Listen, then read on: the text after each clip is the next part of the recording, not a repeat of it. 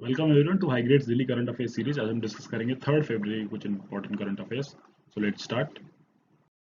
सो देहरादून बन चुका है first district in the Uttarakhand to attain 100% literacy rate, और जहां पर एजुकेट किया गया 30,000 इलिटरेट पीपल को in the past 5 months under the पढ़ो दून और बढ़ो दून कैंपेन के अंतर्गत, जहां पर लोग कैपेसिटी रखेंगे अब पढ़ने की, नंबर्स को काउंट करने की, लिखने की, साइन करने की, और डिस्ट्रिक्ट के अंदर कोई भी अंगूठा छाप नहीं रहेगा। एंड जो चीफ डेवलपमेंट ऑफिसर है निकिता खंडेलवाल, उन्होंने बताया है कि 6 साल से लेकर 85 ईयर्स तक के लोगों को एजुकेट किया गया, और मोस्टली जो एंथुजियाज्म देखने को मिला है सीनियर सिटीजन की तरफ है, that was very much remarkable. और इस कैंपेन को कंडक्ट कराने से पहले आंगनबाड़ी ने सर्वे किया।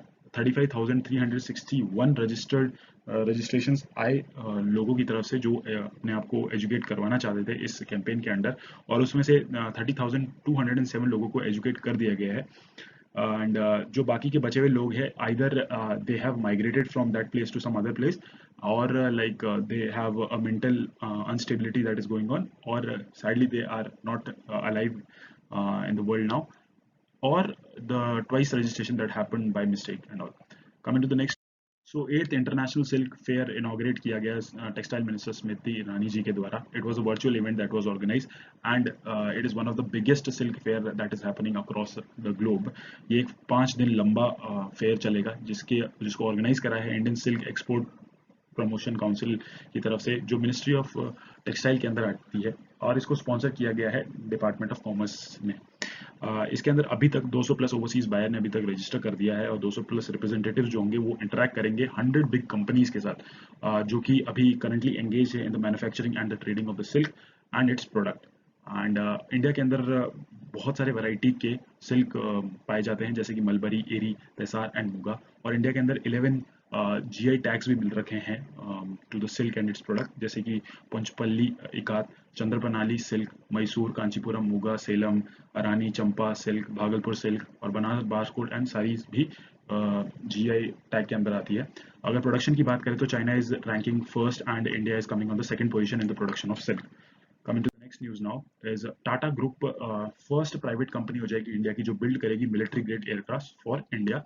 एंड इस स्टेप को लिया गया है अंडर द पीएम मिशन, जो कि है कि सपोर्ट करना है लोकल डिफेंस कैपेबिलिटीज को, एंड रिड्यूस करना है हमारी जो डिपेंडेंसी है बाहर के जो कॉस्टली इंपोर्ट्स हो रही है उनको रिड्यूस करने के लिए, जो मिशन है पीएम का, उसके अंतर्गत इसको खोला गया है।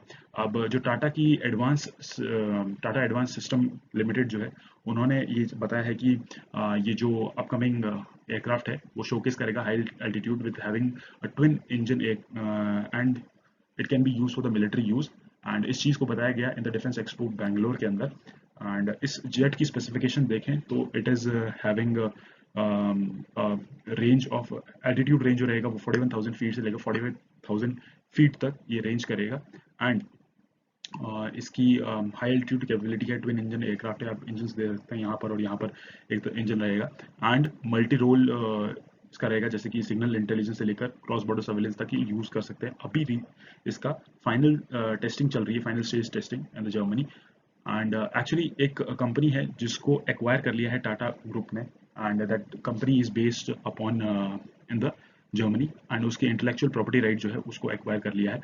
And in the next 3 months it will arrive in India. This jet will arrive in India.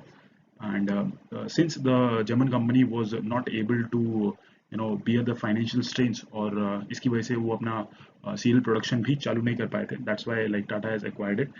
And इसकी अगर रेंज की बात करें तो इट इज़ 1800 नॉटिकल माइल्स, और इसकी 6 से 7 आवर्स तक की एंड्योरेंस रहेगी इस जेट की, और पेलोड कैपेसिटी नियरली 1 टन रहेगी।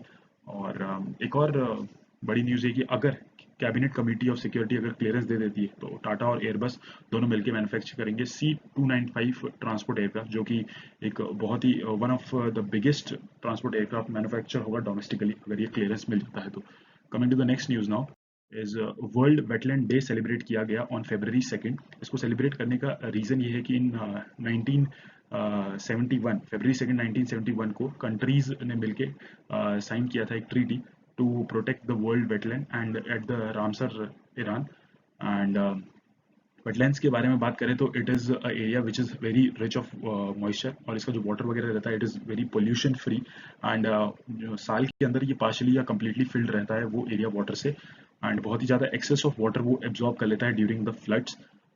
अगर इंडिया के अंदर रिसेंटली स्टार्टस्पंग को और सोकार जो लेक है, इन दोनों को जो लद्दाख रीजन में है, इनको लिस्ट किया गया है as a wetland, Ramsar sites इनको लिस्ट किया गया है, एंड 42 वेटलैंड्स अभी तक हो रखी है इंडिया के अंदर, जिस जो कि हाईएस्ट है in the southern Asia. And इस बार जो थीम था 2021 का, that was wetland and water, ये इसका थीम था। That's all. Okay, that's all. अगर आपको इस लेक्चर की पीडीएफ चाहिए तो आप हमारे टेलीग्राम चैनल से डाउनलोड कर सकते हैं। आपको लिंक डिस्क्रिप्शन में मिल जाएगा। That's all. Till then keep learning with high rates. Thank you very much.